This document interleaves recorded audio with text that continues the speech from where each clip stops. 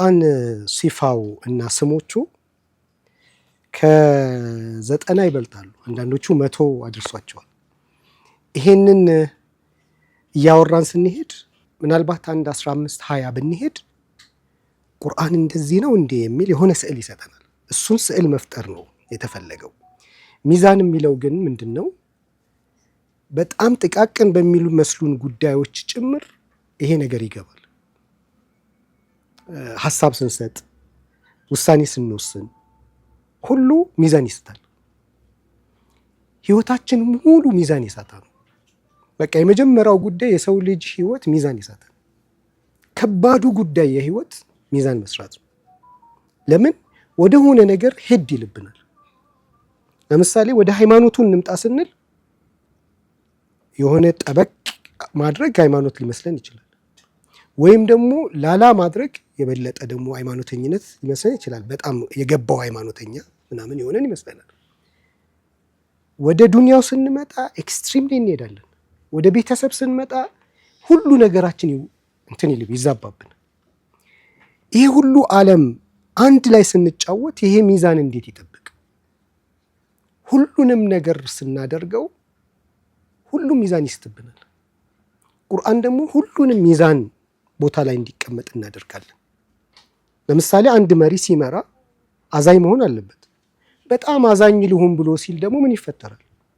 ሌላ ደግሞ ቀልቡ የጠመመ አለ፣ ምንም እዝነት ማይገባው አገር ያፈርሳል። እሱን አስታግሳለሁ ብሎ ደግሞ ሲጨክን ረህመት የሚያስፈልገው ሰፊው ህዝብ ደግሞ ረህመት ያጣል። ሁሉ ነገራችን በቃ ሚዛን ይስታል። በቤት ውስጥም ጠንከር ልበል ስትል የሆነ ታፈርሳል፣ ላላ ልበል ስትል ሌላ ይፈርሳል።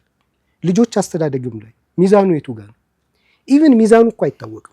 ይሄ ኬሚስትሪው በፍጹም ሰው ልጅ አይደርስበትም። አንድ ጉዳይ ወስደን የሱ ሚዛን ምኑ ጋር ነው ብንል የለም። ልጅ አስተዳደግ ሚዛኑ ምንድን ነው? በፊት በደንብ አድርጎ መደብደብ ነው። አሁን ደግሞ በደንብ አድርጎ ማዝናናት ነው። ሁለቱም ያጠፋሉ። ስለዚህ እንዴት ብናረገው ነው ስትል መሀል ላይ ነው ስትል መሀሉ የቱ ጋር ነው ያለው? አሁንም ሚዛን ይሰጣል። መሀል ላይ ሆኖ አንዱ ኢብራሂም ሙሉ ሸዋጋ እኛ ወሰጥ ነን አለው። ኢብራሂም ደግሞ ያንን ሰው ትንሽ ጠንከር ይላል ብሎ የሚያምነው ወሰጥ ማለት እኮ በ50 እና በ100 መካከል አይደለም አለው። በ0 እና በ100 መሀል ነው። አንተ ራስህ በሆነ ከጎን የሆነ ለስለስ ያለ ሰውና በጣም ጠንከር ያለ ሰው ራስ መሀል ትቀጥና ወሰጥ ትሆናል። ሚዛኑ ራሱ የቱ ጋር ነው ያለው? አመራር ላይ ጠንከር ማለት ነው ትክክል፣ ለስለስ ማለት ነው ሁሉ ነገር ውስጥ ይገባል። ሁሉ ነገር በትዳር ህይወታችን መካከል ሚዛኑ የቱ ጋር ነው? ሚዛኑ ማለት በትክክል ውጤት የሚያመጣው ፖይንቱ ማለት ነው። ያቺን ነገር እኔ ነኝ የምነግራችሁ ይላል ጥያቄው። ቁርአን ማንም ሰው እንዲሁ በቀላሉ አንብቦ ሊረዳው የሚችለው ነው ወይንስ ሌላ የሚያብራራለት ሰው ይኖራል? ጥያቄው ራሱ ጥያቄ እናደርገውና ቁርአን ሌላ የሚያብራራልን ሰው ያስፈልጋል ወይስ እኛው ራሳችን መረዳት እንችላለን? እኔ ደግሞ ሌላ ጥያቄ ላንሳና እኔ የመጣሁት የሰማይ መልእክት ቁርአንን አምኜው የሚያብራራልኝ ሰው ማን ነው? ቁርአን የአላህ ቃል ነው ብዬ አመንኩኝ። የሚያብራራልኝ ሰው ደግሞ እንዴት ልመነው? ቢሳሳትስ? ወይም ሌላ ዓላማ ቢኖረው ሌላ ጥያቄ ይነሳል። ሁለተኛ ደግሞ ሰው ቁርአንን በውክልና ከሆነ የሚረዳው ቁርአን ለማን ነው የወረደው? ለኔ ነው ወይንስ ለሆኑ ሰዎች ወርደውላቸው እነሱ ደግሞ ለኔ ሊያብራሩልኝ ነው? ይሄም ሌላ ጥያቄ ነው። ቁርአን የወረደው ቀጥታ ለሰው ነው። ኪታቡን አንዘልናሁ ኢለይክ ወደ አንተ ነው ያወረድነው ይላል። ወደ ሰው ልጅ ነው የወረደው፣ ወደ ሁላችን። ኢብን ከሲር ቁርአን እንደወረደላቸው ወንድሜ አንተም ወርዶልሃል። ኢብን ከሲር ዋጅባቸውን ስለተወጡ ቁርአንን ተረዱ። እኔ ዋጅቤን ስላልተወጣሁኝ አልተረዳሁትም። ስለዚህ መፍትሄው እኔ ዋጅቤን መወጣት ነው። ምን ማለት ነው? ቋንቋ የሚያስፈልግ ከሆነ ቋንቋ እማራለሁ። የህይወት ቁጥር አንድ የሆነው ጉዳይ ቁርአንን ለማወቅ መማር ካለብኝ ቋንቋውን እማራለሁ። ከኔ ቀድሞ ቁርአንን የተረዱ ሰዎች ከነሱ ዊዝደማቸው ጥበባቸውን መውሰድ ካለብኝ እወስዳለሁ። ግን ዋናው ዓላማዬ ምንድን ነው? እኔ እንዲገባኝ ነው። ሌላ የገባውን ሰው ልሰማ አይደለም። የሌላ የገባውን ሰው የምሰማው እኮ እኔው ራሴ እንዲገባኝ አንዱ ጉዞ ስለሆነ ነው። ኦኬ። ስለዚህ ሁሉም ሰው ማመን ያለበት ቁርአን ራሴ ነኝ ሊገባኝ የሚገባኝ። እንዴት ይግባኝ? ኢብን ከሲርን አነባለሁ፣ ጠበሪንም አነባለሁ፣ ሁሉንም አነባለሁ፣ አሹርንም አነባለሁ፣ ጀላለይንም አነባለሁ። ለምን? እነሱ ረጅም ዓመት ደክመው የተረዱት ነገር ለእኔ የሆነ ብርሃን ሊሆነኝ ስለሚችል ቁርአንን እንዴት ልረዳ ስል ከኔ ቀድመው የተረዱ ሰዎች መንገድ እንዲያሳዩ ስለምፈልግ ነው። ያም ግን ሁለተኛ ጉዳይ ነው።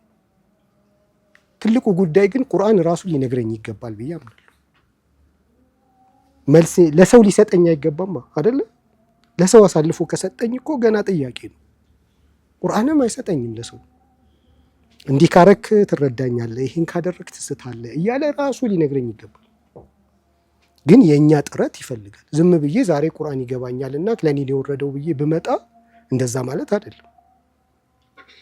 በቃ ማንኛውንም ጉዳይ ለማወቅ ስንጥር ስንፈልግ የምናደርገውን ጥረት ለቁርአንም ማድረግ። ከዛ ሁላችንም ቁርአንን አንብበን መረዳት የምንችል ተደቡር የምናደርግ። ቁርአን ማንበብ እኮ አይደለም ዋጅብ የሆነው፣ አፈላ የተደበሩን አልቁርአን ትርጉሙን፣ ጥልቀቱን፣ መልእክቱን እንዴት አያስተነትኑም ነው የሚለው። መልእክቱን ከመረዳት አልፎ ዲፕሊ አንደርስታንድ ማድረግና ማስተንተን ራሱ ግዴታ ነው። ይሄ የፐርሰናሊ የእያንዳንዳችን የግል ዋጅብ ነው እንጂ ሌላ ሰው ተረድቶን የሚነግረን አይደለም። አላሁ አለም። እንግዲህ አሁንም ያለነው የቁርአን ምንነቱ፣ ቁርአን ምንድን ነው፣ ቁርአን ማን ነኝ ይላል የሚለው ርዕሳችን ቀጣይ ነጥብ ነው የምናየው። ቁርአን ራሱን ዚክር ነኝ ይላል። ኢና ናሕኑ ነዘልና ዚክረ ወኢና ለሁ ለሓፊዙን። ኢና ናሕኑ ነዘልና ዚክር። ዚክር በቁርአን በተለያየ መልኩ ተገልጿል። ሷድ ወልቁርአኒ ዚክር። ቁርአን ዚክር ነው ስንል ሰው ከዚህ ብርሃን ጋር ካልተገናኘ ገፍላ ውስጥ ይገባና ምን አይነት ህይወት እንደሚኖር፣ ምን እያደረገ እንደሆነ፣ ምን አይነት ጥፋት እያጠፋ እንደሆነ ሳያቅ ዝም ብሎ ደንዝዞ ይኖራል። ዚክር ደግሞ ሰው ልጅ ገና ከመፈጠራችን በፊት የገባነውን ቃል ኪዳን፣ የኛ አፈጣጠራችን፣ ፊጥራችን፣ ኃላፊነታችን ሁሉ ዳግም እንድናስታውስ የሚያደርግ ነው። እንድንገሰጽም ያደርግ ነው። ሰው ማንም ሰው መጥቶ ቢመክረው የበለጠ ኢናድ ነው የሚጨምርበት። ቁርአን መጥቶ ብቻ ሲነግረው ወዲያውኑ ይገሰጻል። ሷድ ወልቁርአን ዚክር ይላል። የመገሰጽ ኃይሉ፣ ሰዎች የረሱትን እውነታ የማስታወስ ኃይሉ፣ ሰዎች ስህተታቸውን ተረድተው እንዲመለሱ የማድረግ ኃይሉ ሙዕጂዛ በሆነው ቁርአን እምላለሁ ይላል። ማንም ሰው መገሰጽ ከፈለገ ረጅም ሰበካዎች መስማት የለበትም። እነሱ ያደክማሉ፣ የሰው ነገር ስለሆኑ ማለት ነው። አንድ ሰዓት የሰው ንግግር ሰምተን የሚጠቅም እኮ ነው ሰምተን በውስጣችን የሚፈጠረው ነገርና አንድ የቁርአን አያ 10 ደቂቃ ተደቡር ብናደርግ ውስጣችንን የሚንጠው ነገር ሙዕጂዛ ነው በራሱ። አሁን እኛ እንደ ሰሃባዎች፣ እንደ መልካሞች፣ እንደ ተቅዮች ያልሆነው መጥፎ ስለሆነ ነው ይመስላችሁ? አይደለም። እነሱ ከተገናኙት ብርሃን ጋር ስላልተገናኘ ነው። እኛ በሰበካ ነው የደከምነው፣ እነሱ በቁርአን ነው የተሰሩት። ለምን? የቁሉ ረሱል ሰለላሁ ዐለይሂ ወሰለም የፈድሉል ቁርአን የቁርአን ፈድሉል ከላም የአላህ ቃል ከሌሎች ቃላቶች ያለው ልዩነት በአላህና በኸልቁ መካከል ያለው ልዩነት አክል ነው። ሰው ልጅ የፈለገውን አይነት ማብራሪያ ቢያመጣ፣ የፈለገውን ጎበዝ ቢሆን በሰውና በፈጣሪ መካከል ያለው ልዩነት ምን ያለው? በቁርአንና በሰው ንግግር መካከል የዚህን ያህል ልዩነት አለ። ስለዚህ ዚክር ነው። በቃ ይሄ ህዝብማ አይመለስም፣ ይሄ ልጅማ መስመር ስቷል፣ አልቆለታል፣ ይሄ ምናምን እኔማ በቃ ደርቅ ያለው የፈለግነውን ብንል ሷድ ወልቁርአን ዚክር ሙናፊቅ እኮ አይደለም። አስሐብ ሱረቱል ብሩጅ ላይ ሰው ልጅ እናት ልጇን ህፃን ልጇን ይዛ እሳት ገብታ ስትቃጠል ቁጭ ብሎ ማየት የሚችል ብቻ ሳይሆን እሳት አንድዶ የሚከት ሰው ይሄ ሰው ይገሰጻል ተብሎ ይጠበቃል። ግን ቁርአን ያመኑት ተውበት ያደረጉት ሰዎች ሲቀር ይላል። በቃ ይሄ ሰው በፍጹም መመለሻ የለው የሚባለውን ሰው ገስጾ ህይወት የሚዘራ የሚያርም የሚመልስ ነው ዚክር ነኝ ይላል። ዚክር ሌላኛው ለቀድ አንዘልና ኢለይኩም ኪታበን ፊህ ዚክሩኩም፣ እናንተ ታሪክ ሰርታችሁ ዝም ብላችሁ የተግበሰበሰ ቁጥር ሳትሆኑ ቀጥሎ የሚመጣ ትውልድ የሚያወሳችሁና በታሪካችሁ የሚደነቅባችሁ ሰው እንድትሆኑ አረጋችኋለሁ ይላል። ለቀድ አንዘልና ኢለይኩም ኪታበን፣ በእርግጥ ወደ እናንተ ኪታብ አውርደናል፣ ፊህ ዚክሩኩም፣ በዝና በታሪክ እንድትወሱ የሚያረጋችሁ ዚክር ነኝ ይላል። ማንም ማያስታውሰውን አረብ እስከ ዛሬ ድረስ እንድናወሳው የሚያደርግ፣ እኛም ከዚህ ጋር ስንገናኝ የሚቀጥለው ትውልድ እኛን ለማውሳት አይችልም። ለቀድ አንዘልና ኢለይኩም ኪታበን ፊህ ዚክሩኩም። ሌላኛው ዚክር ደግሞ እያንዳንዱ ሰው ፕሮፋይሉ፣ ማንነቱ፣ ዝርዝር ነገሩ ስለ እናንተ ማንነት የተዘረዘረበት ነው ማለት ነው። ማንም ሰው ሄዶ ቁርአን ጋር በዙሪያ ያሉ ሰዎችን ሁሉ ቢፈልግ በቃ ሁሉም ሰው ተቀምጧል። ከሌ እንዲህ ነው ባህሪው፣ ይሄ ነው የሚያደርገው፣ እንደዚህ ነው። ዓለም የሚመሩ ሰዎች ምንድን ናቸው? እነሱ እንዲህ ናቸው። እኔስ ምንድን ነኝ? አንተ ደግሞ እንዲህ ነህ ብሎ ይነግራል። ሼክ መሐመድ ሁሴን ያዕቁብ መስሙከ ኢንደላህ የሚል በርናምጅ አላቸው። ቁርአን ላይ ዝርዝሮቹ ውስጥ ያንተ ስም ማን ነው? ወላጆች ያወጡልን ስም በራሱ አንድ ነገር ነው። እኔ ነኝ የምለው ነገር ሌላ ነገር ነው። ዋናው ጉዳይ ግን እዛ ስምህ ማን ነው? እዛ የሁላችሁም ፋይል ተቀምጧል። ከዛ አይወጣም ሰው። ወይ ኸለጡ አመለን ሳሊሃን ወአኸረ ሰይአ የሚባለው ውስጥ ይገባል።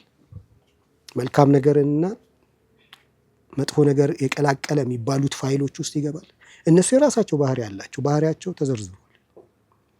ወይ መግዱብ አለይህ የሚባለው ላይ ይገባል፣ ወይ ዳል ላይ ይገባል፣ ወይ ሲራጥ ሙስተቂም ላይ ይገባል፣ ወይም ላ ሃኡላኢ ወላ ኢላ ሃኡላኢ ቢካዝ ሁላችንም እዛ ቦታ አለን፣ ስም አለን። የእናንተ ማንነት ዝርዝር እዛ ተቀምጠዋል። የትኛውም ዘመን ላይ ያሉ ሰዎች ቁርአን ካየን ኦኬ ይሄ እኮ እከሌ የሚባለው አይነት ሰው ነው ብለን ማለት እንችላለን። ራሳችንም እንደዛው እኔ እዚህ ጋር እከሌን ነው የምመስለው ብለን እንድንል ማለት ነው። ስለዚህ ዚክር ነው። ዚክር ስንል የሚገስጽ ታሪክ እንድንሰራ የሚያደርገን፣ ከዛም አልፎ ደግሞ ማንነታችንን የሰው ልጅን ማንነት ሁሉ የሚገልጥ ነው። ዚክር ካለ ሰዎች በጥፋትና በመሀይምነት መግዱብ አለይህም እየነዱ በሚወስዷቸው መንገድ አይሄዱም። ትንሽ ከሄዱ በኋላ እንኳን ድንግጥ ብለው አስታውሰው ይመለሳሉ። 20-30 ዓመት ሲነዳ የኖረ ሰው ዚክር ከሚባለው ጋር አልተገናኘም ማለት ነው። እንዴት ነው ይሄ ብሎ መለስ አይልም፣ አይገሰጽም። ግን ቁርአን ምንድን ነኝ ይላል? ዚክር ነኝ ይላል። ደግሞ ኢና ናሕኑ ነዘልና ዚክራ ወኢና ለሁ ለሓፊዙን። በዓለም ላይ ያሉ ሙስሊሞች ሁሉ የቁርአን ትርጉምን ማድበስበስ ቢፈልጉ ይሄ ህይወት የሚዘራው የሚገስጸው ታሪክ እንድትሰሩ የሚያደርገውን ኃይል ማንም ሰው አያጠፋው ማለት ነው። ይጠብቀዋል። ቁርአን ፊደሉ አይደለም የሚጠበቀው፣ እሱ ግልጽ ነው እንደሚጠበቅ። የቁርአን ኃይልና መልእክቱ እንኳን ሰዎች ተስማምተው እናጥፋው ቢሉ ትርጉሙን ቢያዛቡት ራሱ ውስጥ ስለሆነ ኃይሉ ያለው ማንም ወደ ምንም ማድረግ አይችልም። ቅድም ለተነሳውም ጥያቄ ይሄ ነው። የሆነ ሰው የተሳሳተ ግንዛቤ ቢኖረው እንኳን ወኢና ለሁ ለሐፊዙን ስቶ አይስትም። ትክክለኛውን ብርሃን ራሴ ጠብቀዋለሁ። አላህ ሱብሓነሁ ወተዓላ ፊደሉን ጠብቆት መልእክቱን ባይደርሰን ባይጠብቅልን ምንድን ነው የሚሆነው? መጠበቅ ይባላል? አይባልም። ተፍሲር ላይ የሆነ ነገር ቢስት ስቶ ይቀጥላል? ወኢና ለሁ ለሐፊዙን እንጠብቀዋለን አለ። ስለዚህ ቁርአን ፊደሉ ብቻ ሳይሆን ራሱ ሩሑ መልእክቱ የተጠበቀ ነው። ቀጥታ ነው የሚደርሰው። ማንም ሰው መጥቼ ሊበርዘው ቢል አይችልም። ትርጉሙን ላዛባው ቢል አይችልም። ዑለሞች ሁሉ ቢስማሙ ራሱ አይችሉም። ኢና ናሕኑ ነዘልነ ዚክረ ወኢና ለሁ ለሐፊዙን ኃይሉ ከራሱ ነው የሚወጣው። ስትገናኘው ነው ይሄን ተአምር የሚሰራው ማለት ነው። ሌላኛው ሙሀይሚን ነው። ሙሀይሚን ዓለም ላይ የተለያዩ እውቀቶች ይኖራሉ። በተለያዩ ዘርፎች ደግሞ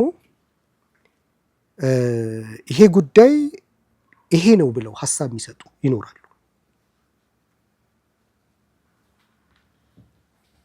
እነዚህ ሀሳቦች በቁርአን የተሰራ ሰው ካላገኙ ሰውየው ላይ ሃይመና ይፈጥራሉ። ትልቅ ሀሳብ ሆነው ያሸንፉታል። እነዚህ ዓለም ላይ ያሉ ሀሳቦች ሁሉ የሚያሸንፉት ቁርአን እስኪመጣ ድረስ ብቻ ነው። ልክ ሲመጣ ብናኝ ይሆናሉ። በጣም ትንሽ ነገር ይሆናሉ። አንድ ሙፈሲር እንዳለው በቁርአን ሀሳብ ተመስጬ ለረጅም ጊዜ ኖርኩና አለ ይችን መሬት ለቅቄ ወደ ላይ ከፍ ብዬ ሳያቸው ይሄ ፊሎሶፈር የሚባል ሳይንቲስት የሚባል ምናምን የሆኑ የሚያሳዝኑ ቁጫጭ ነገር ሆኑብኛል። እንደው ምን አይነት የተረገመ ሸይጣን ነው እንደዚህ የሚጫወትባቸው? ኦኬ ሙሀይሚን ነው የዓለም ሳይንቲስት ሁሉ ተሰብስቤ ያጠናው ብሎ የሚለውን ነገር ልክ ቁርአን ሲመጣ ሸሽተው ነው የሚጠቡት። ራሳቸው የሚያፍሩ ትንሽ ይሆናሉ። በቁርአን ሐሳብና ልዕልና ግዝፈቱ እዚህ ምድር ላይ ያለ ሐሳብ ሁሉ ትንሽ ይሆናል። ከሰማይ የመጡ ሐሳቦች ራሳቸው የተበረዙት ነገራቸው እሱ ፊት ሲቆሙ ነው የሚጋለጡት። ይህንን ኃይል ፊቱ የሚቆም ሐሳብ የለም። አለሁ ካለ መምጣት ነው በፈለገው ርዕስ። እኛ ጋር አይደለም የሚመጣው። እኛ ጋር ከመጣ ልክ ነው፣ ብዙ ነገር ያሸንፉናል። ሐሳባቸው ገርሞን ራሱ ኮት እናደርግ የለ እንትና የሚባል ሳይንቲስት እንደዚህ ብሎ ምናምን ብለን ጥቅስ ለምን ስላሸነፉን እኮ ነው። ከላያችን ሆኑብን አይደለ? እኔ ሙሀይሚን ነኝ ይላል። የዓለም ሐሳብ ሁሉ ሰብስቧቸውና እኔ ፊት ሲቀርቡ እንደዚህ ብናኝ ይሆናሉ። ወሙሀይሚንን አለይ መጽሐፎቹ ላይ ያሉ እውነቶችን የሚያረጋግጥ ከነሱ በላይ ደግሞ ሆኖ ወደ ታች የሚፈርድ የምድር እውቀት እኮ አይደለም፣ ከሰማይ የመጡት እውቀት እንኳን እውነትና ሐሰት የሰው ልጅ የጨማመራቸውን ነገር የሚያበጥረው ቁርአን ነው። ሙሀይሚን ነው። ለዚህም ነው ደግሞ ምድር ላይ ምንም ሐሳብ አይተውም። ወላ ያእቱነከ ቢመሰሊን ኢላ ጂእናከ ቢልሐቂ ወሐሰነ ተፍሲራ። ምንም አይነት ቲዎሪ፣ ምንም አይነት አይዲዮሎጂ፣ ምንም አይነት እሳቤ ይዘው አይመጡም። በምሳሌም አያብራሩም። ኢላ ጂእናከ ቢልሐቅ፣ እነሱ ያብራሩት ነገር እውነታው ምን እንደሆነ ይዘንልህ ብንመጣ፣ ወአሕሰነ ተፍሲራ፣ በማብራራትም ደግሞ ከነሱ በጣም በብዙ ርቀት ያማረ የሆነውን ነው ይዘን የምንመጣው ይላል። የፈለጋችሁትን ሀሳብ አምጡ። ሙሀይሚን ነው። ከላይ ሆኖ ወደ ታች የሚያብራራ የሚፈርድ የሚዳኝ ነው። ስለዚህ የሆነ ቲዎሪ ውስጥ ሄዶ ሙስሊም ሲወሸቅ ሙሀይሚን የሆነውን ሀሳብ እየተወ ነው። ሙሀይሚን የሆነ ሀሳብ ይዞ በዚህ አምኖ አይ ይሄ ሙሀይሚን አይደለም ሌላ የሰው ልጅ የፈጠረው ሀሳብ ስር ሄጄ ወሸቃለሁ ብሎ ባርነት ውስጥ ከገባ ሙሀይሚን የሚለው ነገር አልገባውም ማለት ነው። ስለዚህ አንዳንድ ሰዎች እስልምና ፍርድ ቤት ቀርቦ ከፍርድ ሊያድኑት የሚታገሉለት ይመስላሉ ይላል። እስልምናም እኮ ሴት ያከብራል ይላሉ። እስልምናም እኮ እንደዚህ ይሆናል። እስልምናም እኮ ነፃነት እንደናንተው ምናምን ይላሉ። ከዛ ሲያብራሩ ራሱ የእነሱን ሀሳብ ለመስማማት በሚታገል መልኩ ነው የሚያብራሩት። እሱ የቁርአን እንዳንረዳ ከሚያዳልጡን ነገሮች ውስጥ ስንገባ እናየዋለን። ግን ይሄ ሙሃይሚን ነው፣ እንደዚህ እኩያ ሆኖ የሚያወራ አይደለም። ይሄ እስልምናም እኮ እንትን አይልም፣ እስልምና ሴቶች መብት ይሰጣል ምናምን የሚለው ዝም ብሎ የልጅ ወሬ ነው።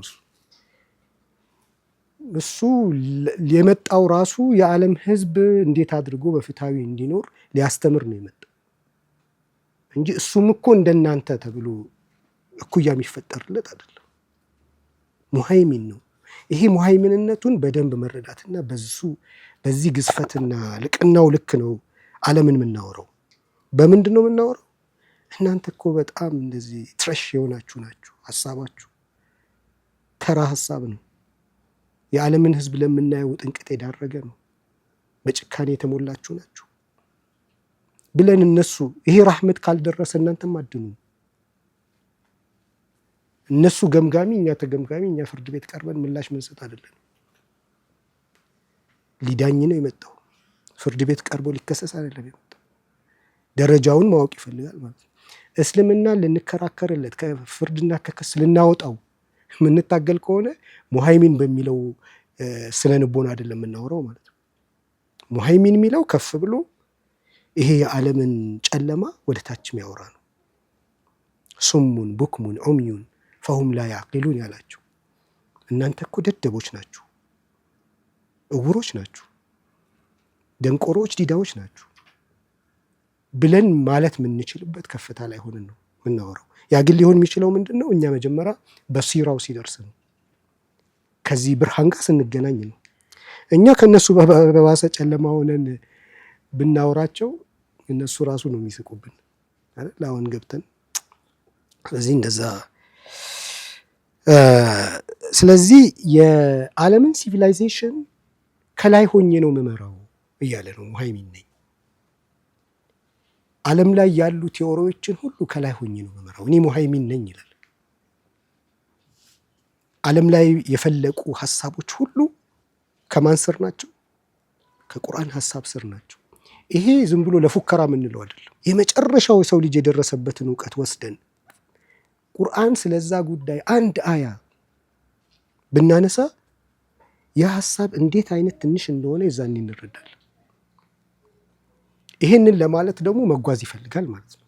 የዓለምን ሀሳብ መረዳት፣ የቁርአንን ሀሳብ መረዳት፣ በሁለቱ መካከል ያለውን ሚዛን ደግሞ ማወቅ።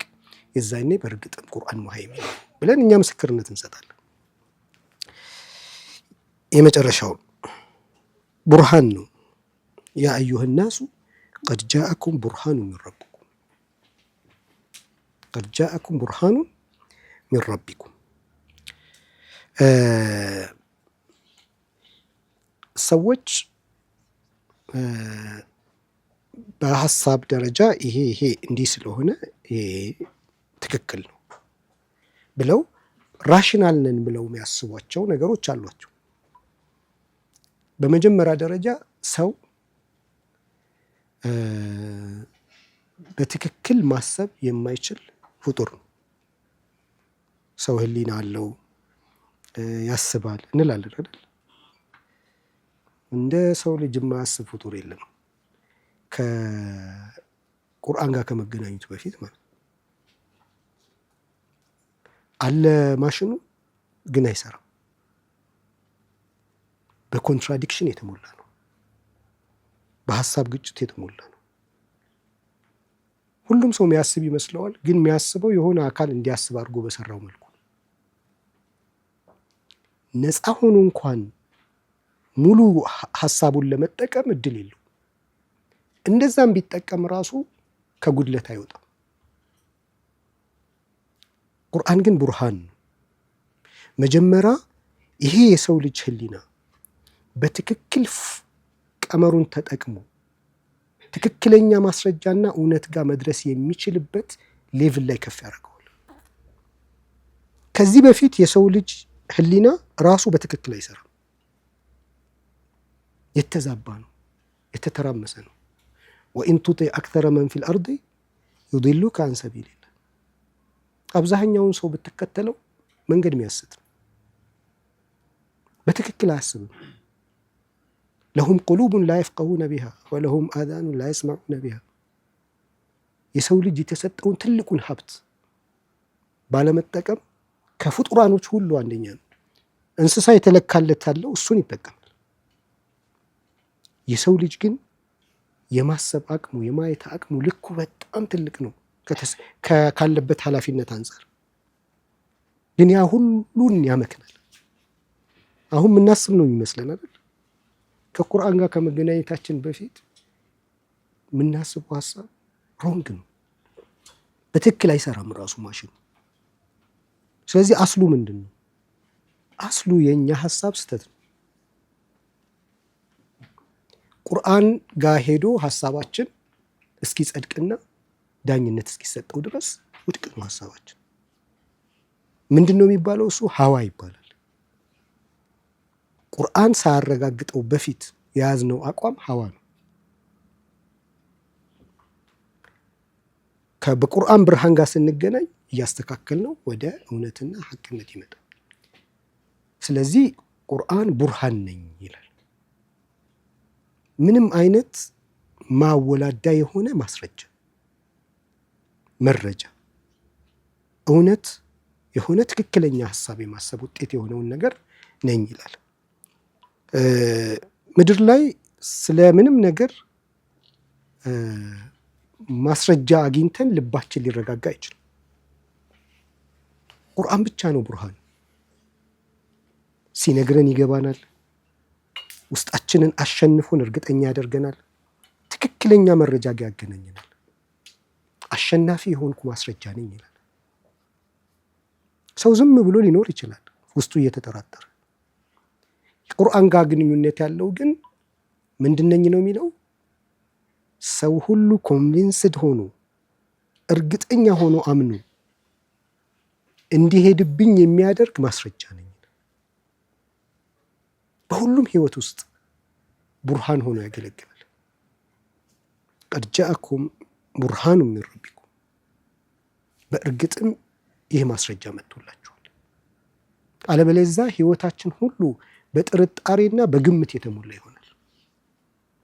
አንዴ ይሄ ትክክል ይመስለናል፣ ከዛ በኋላ ደግሞ ወደዚህ የሆነ ሰው ይለጋናል፣ ከዛ ሌላ ቲዮሪ ይመጣና ደግሞ እዛ ይወስደናል። እኛ ራሳችን ቁጭ ብለን እናስብና የሆነ ጉዳይ እንፈላሰፋለን። ምናወራቸው፣ ምንሰማቸው፣ ምንሄድባቸው ነገሮች ሁሉ የሚጨበጡ አይደሉም። እንዲሁ ሲያዋልሉን ሲያዋዥቁን ይኖራሉ። ልክ ከኔ ጋር ስትገናኙ ግን ትክክለኛውን ማስረጃ አግኝታችሁ ኮንቪንስድ ሆናችሁ ማስረጃ የጨበጠ እርግጠኛ የሆነ ሰው ህይወት ትመራላችሁ። እኔ ቡርሃን ነኝ ይላል። ምናልባት እነዚህ 5 ቻፕተሮቹን ለመጨረስ በጣም ብዙ ወራት ይወስዳል። አንደኛው ቻፕተር ቁርአን ምንድን ነው የሚለው ጋር ራሱ እየሮጥን ብንሄድ እንኳን በጣም ብዙ ቀናቶችን ነው የሚፈልገው። ከዛ በኋላ ደግሞ ሌሎቹ ሲመጡ ሰፊ ነው በጣም።